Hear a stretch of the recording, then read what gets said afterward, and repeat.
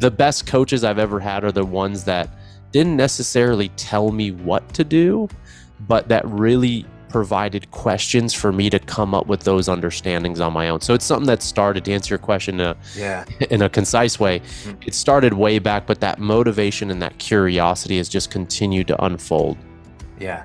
That's such a powerful thing you just said about coaching, is not telling you, oh, this is what you did wrong, do this instead, but leading you into the answer of, what do you see here? Asking the right question, for it too. So, because it's so easy to fall into that of like, just tell me what to do, just because I want to get there so quickly, where it's kind of can be enticing as a coach to be like, okay, like you want to get people there fast, but in order to really be the best and most powerful coach for somebody, sometimes you have to step back and let them find the answer themselves. It might not be the fastest way to get there, but that's probably going to be the most impact over the long term. Yeah, I agree. And that's the perfect, I think, maybe distinction between coaching and maybe we could say like consulting. Like if a facility hired me as like a consultant to come out and they're like, hey, for our sports team, for our football team, or for our gym, we want to outfit the place with kettlebells, Bulgarian bags. What do you suggest? Well, like I'm going to basically look at their floor plan, look at their budget, look at the types of people that are coming in, look at their classes. And based off of all of that information, I'm going to give them my suggestion, but there's going to be some questions before, but in a consulting role, it's much more like telling, but in a coaching role, it's much more asking. And so it's almost like in a coaching role, at least how I understand it and do my best to coach, it's like 80% asking questions and like 20% offering reflections or maybe pointing out something that they may not be able to see. But even in that situation, man, you're exactly right. Like a good, well-placed question can, like I don't even remember what it was, but just the other day I was like, man, that just messed me up for like 2 days, like had me really going down and really like emotionally. And I was like, oh man, that one fucked me up. Yeah. But a good question can completely change the trajectory of someone's life, hands down. Yeah, it's interesting. We were talking before just about podcasting, because I know you've been about a year in, and I just celebrated a big milestone too on there. And you said like, what are the big wins? I think that's one of the things that I found is to ask better questions, or just really dive into finding the right questions.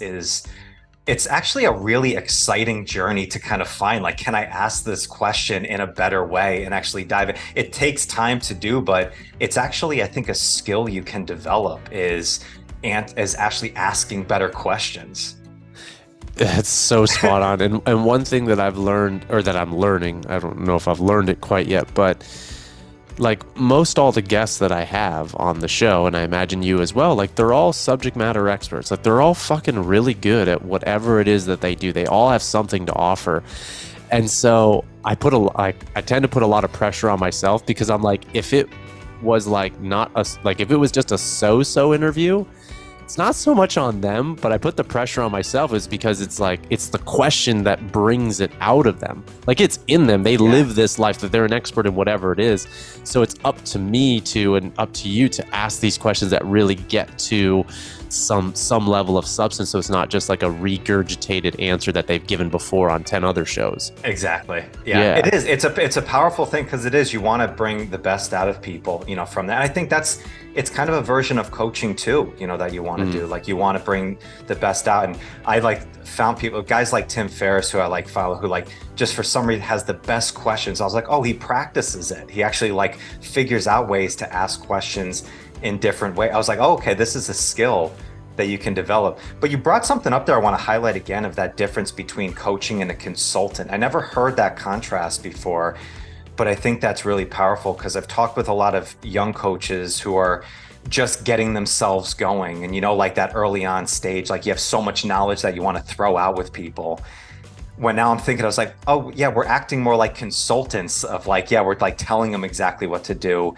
When then eventually you need to go into the coaching realm and kind of go back, as we were saying, ask a question different, let them find the answer from there. I love that contrast. That's a really interesting differentiation.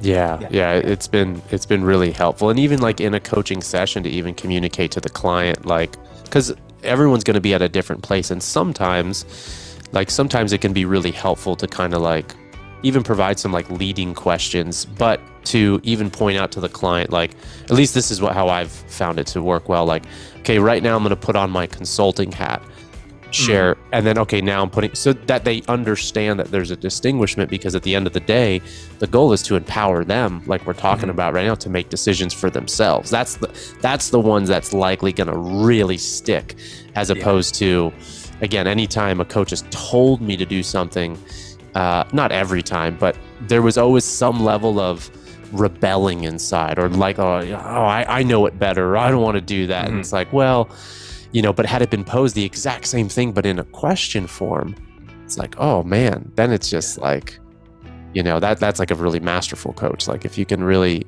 pose, guide them in the direction that you want them to go, but have them really feel engaged and immersed and participatory in the process. Like that's beautiful.